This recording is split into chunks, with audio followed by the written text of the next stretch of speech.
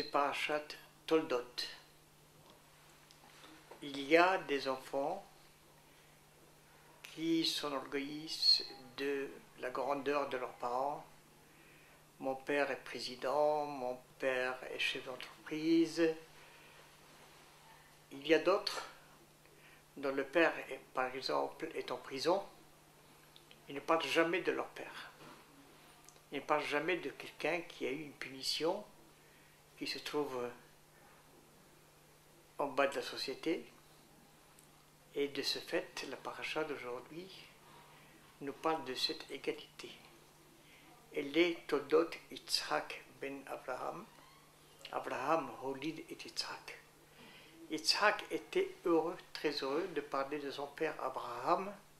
Et Abraham était très heureux et très fier de parler de son fils Yitzhak. C'est pour cela que Abraham Avinu avait imprimé une pièce de monnaie. D'un côté, il y avait un jeune homme et une jeune fille. D'autre côté, un vieux et une vieillère. Pour nous enseigner l'unité de la famille. C'est-à-dire, l'ancienne génération doit transmettre à la nouvelle génération. Abraham holid Yitzhak. Abraham engendra Yitzhak. Il l'a formé. Il lui a appris toutes ses qualités. Et de ce fait, Yitzhak pouvait dire aussi Yitzhak ben Abraham, je suis Yitzhak, le fils d'Abraham. Et nous voyons dans le mot Toldot, nous trouvons 3 Toldot dans la Torah. Toldot dans Abraham, Toldot dans Ismaël et Toldot dans notre paracha.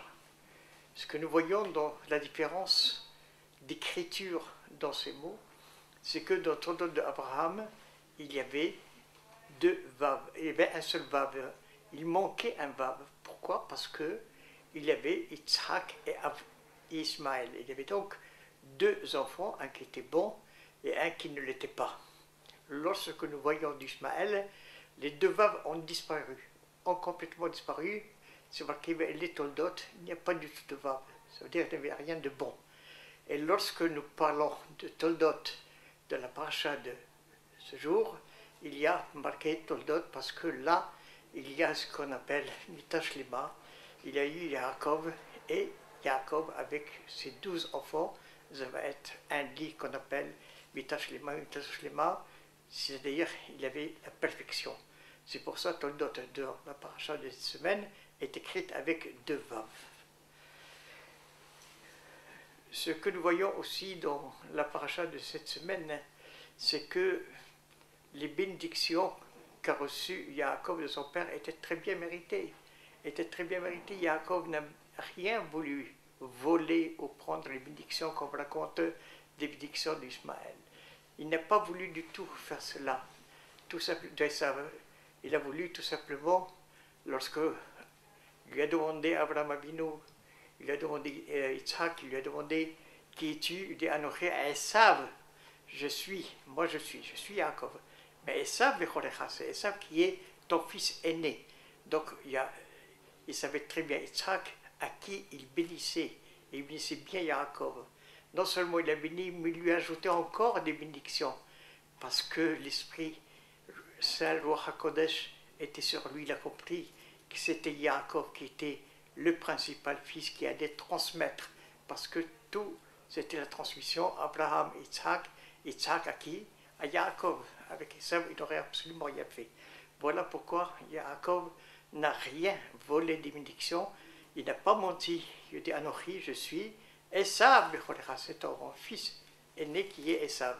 Il a eu les bénédictions. Ces bénédictions, nous les voyons. La bénédiction n'arrive pas tout de suite, elle arrive toujours un peu tard. Mais Yaakov Avinu savait, ce n'était pas le but qui va arriver tout de suite. Le but est d'avoir une bracha, et une bracha de ses parents, c'est quelque chose de très important.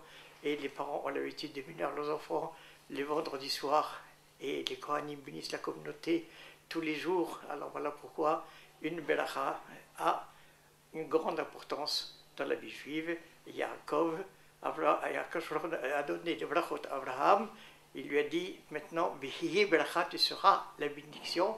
Abraham a transmis Yitzhak, Yitzhak à Yaakov, et Yaakov va transmettre à ses enfants. Après avoir exercé durant 54 ans des fonctions rabbiniques, j'ai eu le bonheur aujourd'hui d'être reçu par Monsieur le Grand Rabbin de France, Isaac Detov. Donc je suis riche en bénédictions, car il m'a donné une bénédiction. Et cette bénédiction qui vient m'enrichir, je l'ajoute à mes bénédictions pour toute la communauté de France, pour tous mes amis, pour tous les rabbinim qui réussissent. Et avec l'aide de Dieu, je souhaite que vous soyez tous en pleine prospérité, en pleine santé et en plein bonheur. Amen.